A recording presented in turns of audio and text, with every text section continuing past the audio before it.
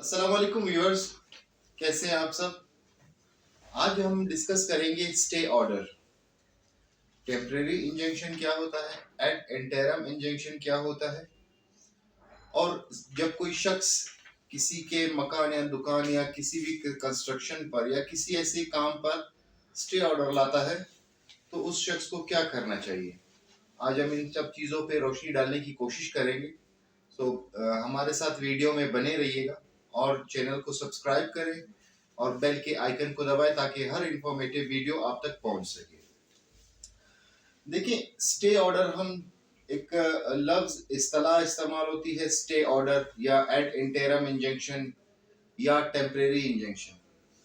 जब कोई शख्स किसी ऐसे शख्स के खिलाफ या उस प्रॉपर्टी के खिलाफ एक स्टे ऑर्डर लेके आता है अदालत से, सिविल अदालत से, कि ये शख्स जो काम कर रहा है उससे मुझे नुकसान है, या उसका मालिक मैं हूँ उस प्रॉपर्टी का, या वो जो कंस्ट्रक्शन कर रहा है उस कंस्ट्रक्शन से मुझे नुकसान हो रहा है, मेरी प्रॉपर्टी को उससे नुकसान हो रहा है, तो वो बेसिकली अदालत जाता है।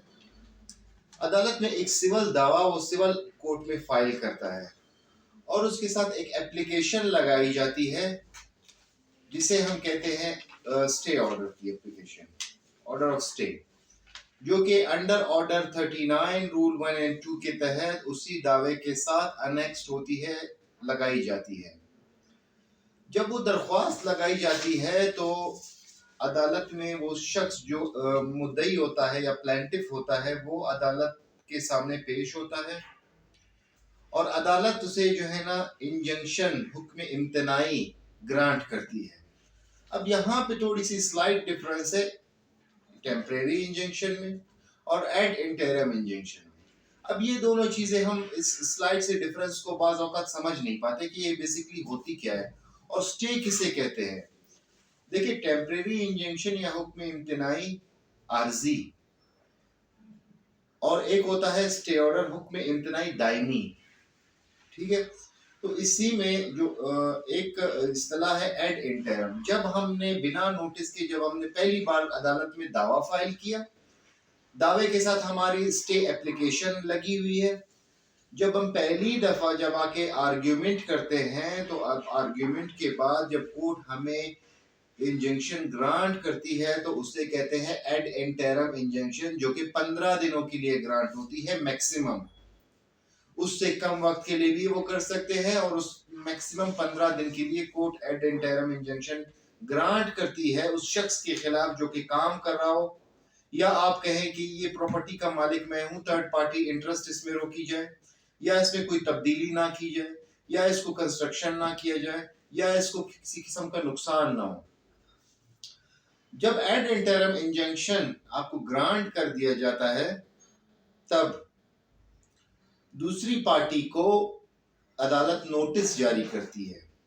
जब नोटिस जारी होता है, जब नोटिस आके जब आप टाइम मांगते हैं, दूसरी पार्टी जब अदालत में आके टाइम मांगती है कि हमें नोटिस मिला है, हमें टाइम दें, हम जवाब जमा कराएंगे। जब वो जवाब जमा होती है तब जब उस जवाब के साथ उस एप्लीकेशन ऑर्डर 39 रूल 1 एंड 2 का जो रिजॉइंडर या उसका जवाब जो लगा होता है, उस पे जब दोनों पार्टीज अदालत में बहस करती हैं, तब अगर वो अदालत जब बहस सुनने के बाद जब फैसला सुनाती है उस इंजंक्शन पर, उस एड इंटरम इंजंक्शन पर, तब वो टेम्परेरी इंजंक्शन जब वो फेवर में चला जाता है, जब वो ग्रांट होता है तो उसे टेम्परेरी इंजंक्शन कहते हैं, हुक्म इम्तनाई आर्जी, जिसका एक टाइम लिमिट दिया हुआ है कि 6 महीने, लेकिन अब कानून में थोड़ी सी तब्दीली है, वो 1 साल के लिए कर दिया गया है।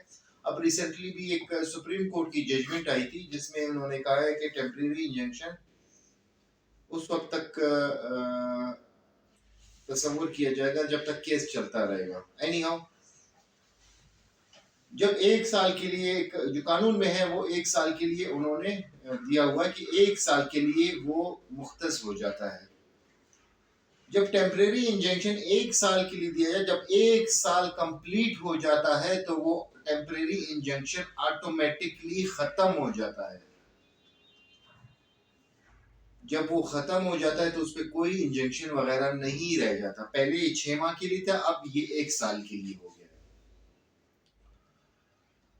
इसी तरह से जब जब केस का फाइनल फैसला आता है, जब केस दोनों तरफ से कंक्लूड हो जाती है, जब उस स्टे के ऊपर जब वो फैसला सुनाया जाता है अदालत का, परमानेंट स्टे, तब उसे कहते हैं स्टे ऑर्डर, कि अब ये मुकम्मल तौर पर स्टे हो चुका है, मुकम्मल तौर पर इसे इस काम करने से रोका गया है, या मुकम्मल तौर पर इस कंस्ट्रक्शन को रोक दी गई है। जो टेम्परेरी एड इंटरम इंजेक्शन 15 दिन के लिए, और टेम्परेरी इंजेक्शन जब एड इंटरम दोनों पार्टीज को सुनने के बाद जब टेम्परेरी इंजेक्शन ग्रांट की जाती है 6 माह या 1 साल के लिए, जब केस डिसाइड हो जाता है तो वो परमानेंट हो जाता है। तो ये एक छोटा सा टॉपिक था जिसमें हमने बात की कि स्टे कैसे लिया जाता है। बेसिकली स्टे में आपने 3 चीजें अदालत को समझानी होती है।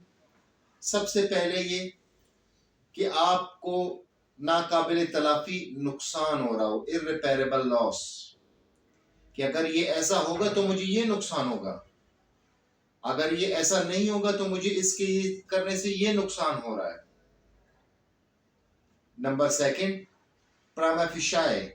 प्राइमा फेशियाई यानी कि जो रिकॉर्ड में मौजूद है, जो तमाम तरह डॉक्यूमेंट्स है, जो तमाम तरह हकाइक रिकॉर्ड का हिस्सा है, उनको बज़ाहिर देखते हुए आपको किस चीज कैसा नुकसान हो रहा है ये आपने दिखाना है। और यानी कि मवाजना कराना। और एक एफिडेविट होती है इसमें, कि आप वो एक एफिडेविट, जो एफिडेविट होती है वो हल्फिया बयान होता है, जो इंजेक्शन में हमने बातें की है वो तमाम हकाइक मेरे इल्म और यकीन के मुताबिक हैं, और इसमें कोई भी झूठ वगैरह नहीं है। और एक और चीज इसमें आ जाती है जो कि तीसरी और most important, balance of inconvenience. Balance of inconvenience क्या होता है? कोर्ट ये देखेगी कि अगर मैं इस शख्स को मवाजना करने के बाद ये देखेगी कि अगर मैं इस शख्स को इंजेक्शन ग्रांट करता हूं तो दूसरी पार्टी को कितना नुकसान होगा।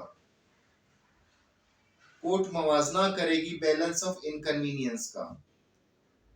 तो ये बेसिकली 3 चीजें होती है एक इंजेक्शन को ग्रांट करने के लिए, किसी शख्स का काम बंद कराने के लिए या कोई काम रुकवाने के लिए।